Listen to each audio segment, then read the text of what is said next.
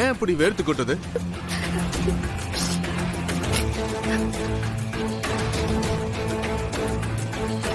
Constable sir, நான் அப்பவே சொன்னேன்ல எனக்கு ஏதோ தப்பா படுதுன்னு.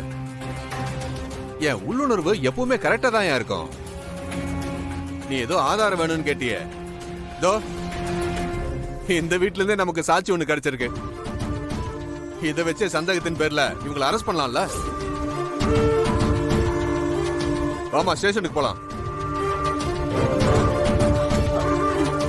சார் சார், அவங்க ஏதோ தெரியாம பேசுறாங்க சார். அதுக்காக எப்படி ஸ்டேஷனுக்கு? சார், அதான் எங்க அக்கா எதுவும் பண்ணன்னு சொல்றாங்கல்ல, அப்புறம் எதுக்கு அவங்களை கூட்டிட்டு போகணும்னு சொல்றீங்க? இத பாருமா, நீ சின்ன பொண்ணு, இதெல்லாம் உனக்கு எதுவுமே புரியாது. பேசாம நில்லு. சட்டம் என்ன சொல்லுதோ அதை தான் நாங்க பண்ணிட்டு இருக்கோம். இவங்க ஏதோ தப்பு பண்ணிருக்காங்கன்னு உங்க வீட்டுல இருக்கிற ஒருத்தரே சாட்சி சொல்லும் போது போலீஸ் எங்களுக்கு விசாரணை நடத்த எல்லா அதிகாரமும் இருக்கு.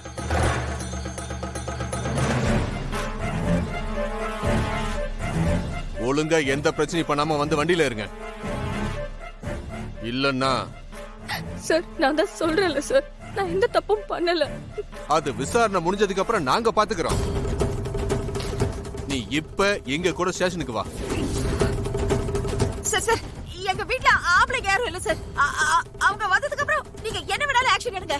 எதுவும் வந்தாலும் ஸ்டேஷன்ல வந்து பேசிக்க சொல்லுமா. சார் சார், கான்ஸ்டபிள் சார், இவங்களை அரெஸ்ட் பண்ணி வண்டியில ஏத்துமா. Okay sir. என்ன சார் சார், நீங்க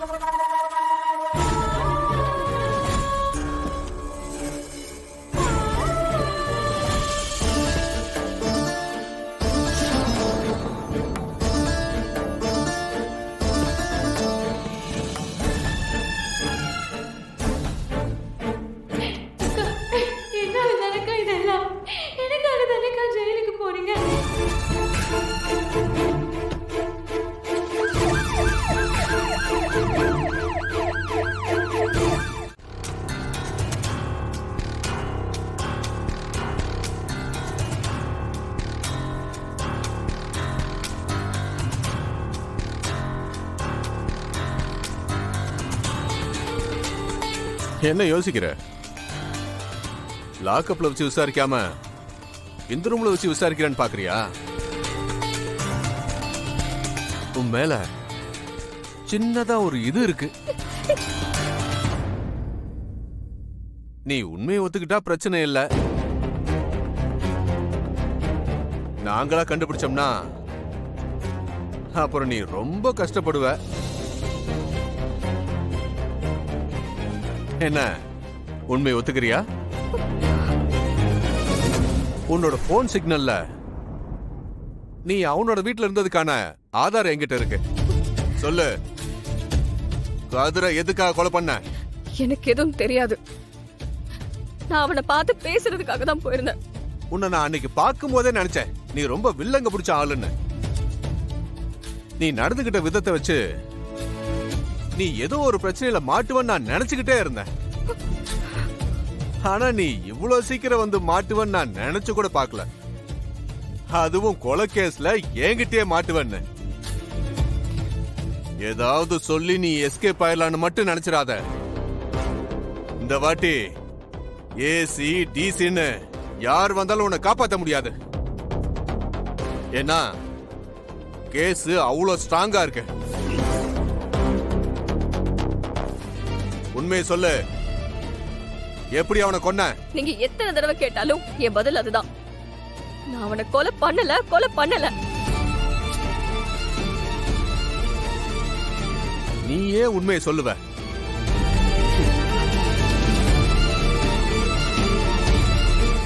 யார் நீ? என்ன வேணும்? நீங்க அரெஸ்ட் பண்ணி வச்சிருக்கிற இந்துவோட ஹஸ்பண்ட். அவங்கள பெயில் எடுக்கிறதுக்காக லாயரை கூட்டிட்டு வந்திருக்கேன். ஓ நீதானா அது? கொலை கேஸ்னு இப்பதான் அவங்கள அரெஸ்ட் பண்ணி கூட்டிட்டு வந்தோம். அதுக்குள்ள பின்னாடியே ஜாமீன் கேட்டு வக்கீலோட வந்துட்டீங்களா?